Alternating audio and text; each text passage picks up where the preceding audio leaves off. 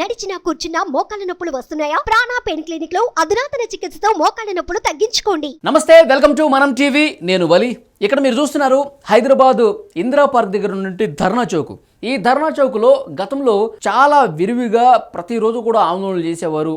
అక్కడికి వచ్చి ధర్నాలు చేసేవాళ్ళు, ప్రభుత్వం మీద నిరసన కార్యక్రమాలు చేసేవాళ్ళు. ప్రజా సంఘాలు కావచ్చు, ప్రతిపక్ష పార్టీలు కావచ్చు, ఎవరైనా సరే తమకేదైనా ఇబ్బంది ఉంటే, తమ హక్కులకు భంగం కలిగితే ధర్నా రూపంలో, నిరసన రూపంలో ఇందిరా పార్క్ దగ్గర ఇట్లా స్వేచ్ఛగా తాము చెప్పదలుచుకుని తాము మాట్లాడాలి అని అనిపించింది.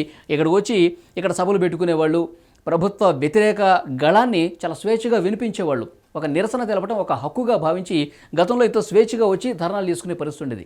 కానీ 2014 తర్వాత తెలంగాణ రాష్ట్రం వచ్చిన తర్వాత, బీఆర్ఎస్ గవర్నమెంట్ ఏర్పడిన తర్వాత ధర్నాలు చేసే పరిస్థితి లేదు. ఇందిరా పార్క్ దగ్గర ధర్నాలు చేసేటటువంటి అవకాశం లేకుండా చేసింది బీఆర్ఎస్ ప్రభుత్వం. ఎందుకంటే భద్రతా కారణాల రీత్యా ఇక్కడ అవకాశం కల్పించట్లేదు. అవసరమైతే నగరం వెలుపల మీకు ప్రదేశాన్ని, ఒక స్థలాన్ని కేటాయిస్తామో అక్కడ చేసుకోండి అని చెప్పి బీఆర్ఎస్ ప్రభుత్వం చెప్పింది. ముఖ్యమంత్రి కేసీఆర్ తీసుకున్న ఈ నిర్ణయంతో ఒక్కసారిగా ప్రజా సంఘాలు భగ్గుమన్న పరిస్థితి కనిపించింది.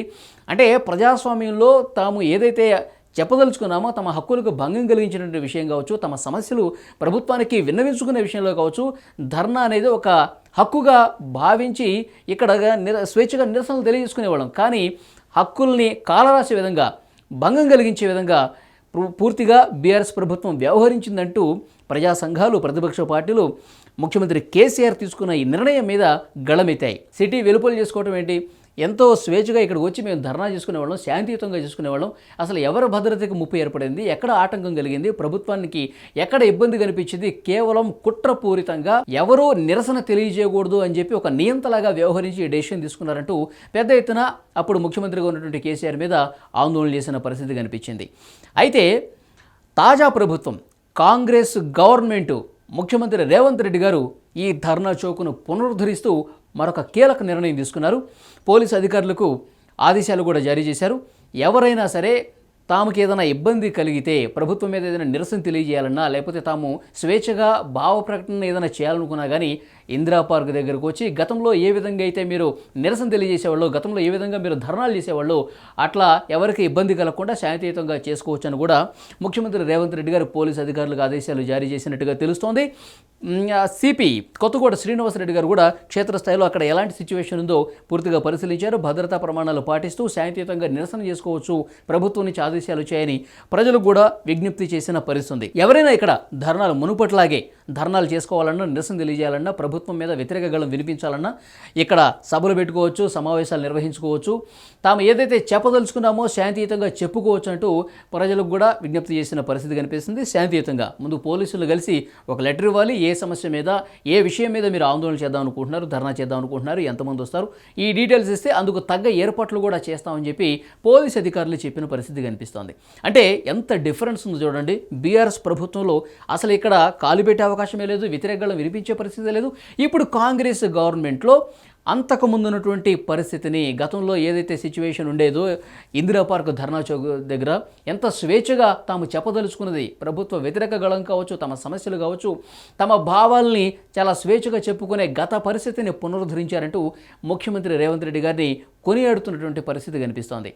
ముఖ్యంగా ఈ ధర్నా చౌక్ విషయం గురించి ఒకసారి మనం మాట్లాడుకుంటే, ముఖ్యమంత్రిగా ఉన్నప్పుడు కేసీఆర్ గారు ప్రతిపక్షాలు కావచ్చు, ప్రజా సంఘాలు కావచ్చు, ఎవరైనా సరే ఇక్కడ ధర్నా చేయడానికి వీల్లేదు అని చెప్పారు. కానీ ఆయన కేంద్రం మీద పోరాటం చేసే విషయంలో, కేంద్రం మీద నిరసన తెలియజేసే విషయంలో ఒకసారి ఇక్కడికే వచ్చి, ఆయనే వద్దన్న ప్రాంతానికి ఇక్కడికి వచ్చి ఆయన నిరసన తెలియజేశారు. కేంద్రానికి వ్యతిరేకంగా ఏదో ధాన్యం కొనుగోలు విషయానికి సంబంధించి ఆ సమస్య మీద వచ్చి కేంద్రానికి వ్యతిరేకంగా ఇక్కడే ఆయన కూర్చున్నారు వచ్చి. అంటే దీన్ని ఏ విధంగా అర్థం చేసుకోవాలి అంటే, తనకైతేనేమో ఇది అనుకూలమైన ప్రాంతం, తనకైతేనేమో ఇక్కడ వచ్చి హ్యాపీగా ధర్నాలు చేసుకోవచ్చు, నిరసన తెలియజేసుకోవచ్చు. వేరే ప్రాంతం వాళ్ళు వచ్చి, వేరే పార్టీలకు సంబంధించిన వాళ్ళు వచ్చి, ప్రజా సంఘాల వాళ్ళు వచ్చి, ప్రతిపక్ష పార్టీలు వచ్చి ఇక్కడ ధర్నా చేయడానికి అవకాశం లేదా? అంటే తనకొకటి, వేరే వాళ్ళకి ఇంకొక నీత. ఇది ఎక్కడ ప్రజాస్వామ్యం అని చెప్పి గొంతెత్తినటువంటి పరిస్థితి గతంలో కనిపించింది. ఇప్పుడు ముఖ్యమంత్రి రేవంత్ రెడ్డి గారు కీలక నిర్ణయం చెప్పాలి, ఇది ఒక మంచి నిర్ణయం అని చెప్పాలి. ఆయన అధికారంలోకి వచ్చినప్పటి నుంచి, ముఖ్యమంత్రిగా బాధ్యతలు చేపట్టినప్పటి నుంచి కూడా ఒక మంచి నిర్ణయాలు తీసుకొని సుపరిపాలన దిశగా ముందుకు వెళ్తున్నటువంటి పరిస్థితి కనిపిస్తోంది. 6 గ్యారెంటీలని ఒకదాని తర్వాత ఒకటి అమలు చేస్తున్న పరిస్థితి మనం చూస్తున్నాము. తర్వాత ప్రజాభవన్గా మార్చారు ప్రగతి భవన్ని. అక్కడ కూడా చాలామంది ప్రజలు జిల్లాల నుంచి వస్తున్నారు, తమ సమస్యలు చెప్పుకుంటున్నారు, అర్జీలు పెట్టుకుంటున్నారు. తమ సమస్యల్ని నేరుగా ముఖ్యమంత్రి రేవంత్ రెడ్డి గారు ఉంటే ఆయనతో, లేదంటే మిగతా మంత్రులు ఎవరన్నా ఉంటే వాళ్ళతో, అధికారులు ఉన్నా సరే వాళ్ళకు వచ్చి తమ సమస్యలు చెప్పుకుంటున్నారు. ఒక మంచి నిర్ణయంగా దాన్ని చూడాలి.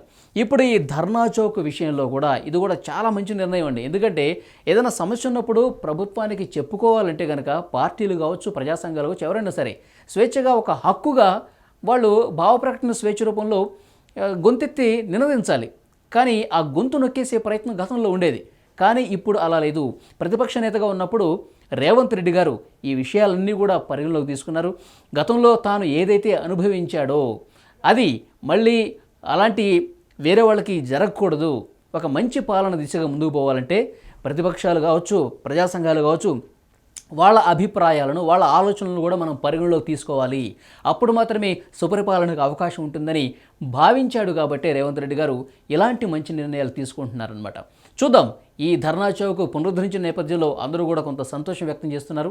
మంచిగా ఇక్కడ ధర్నా చౌక్ ఒక ప్లేస్ ఉంటే ఎవరైనా ఏదైనా చెప్పాలనుకున్నా, సభలు సమావేశాలు పెట్టాలనుకున్నా, ప్రభుత్వానికి ఏదైనా సలహాలు సూచనలు ఇవ్వాలన్నా ఈ ధర్నా రూపంలోనే, నిరసన రూపంలో ఇస్తారు. కాబట్టి ఇక్కడ ఆ విషయాలు, సమస్యలు ప్రస్తావిస్తే నేరుగా ప్రభుత్వానికి కూడా తెలుస్తుంది. కాబట్టి ప్రభుత్వానికి ఆ విషయాలు తెలిస్తే దాని మీద ఆలోచన చేసి మరింత మెరుగైన పాలన అందించడానికి అవకాశం ఏర్పడుతుంది. కాబట్టి ఇలా నిరసన గళాన్ని, వ్యతిరేక గళాన్ని ప్రోత్సహించాల్సినటువంటి అవసరం ఉందని రేవంత్ రెడ్డి గారు కూడా భావించారు. కాబట్టి ఇది ఒక మంచి పరిణామంగా మనం చెప్పాలి. Thank you.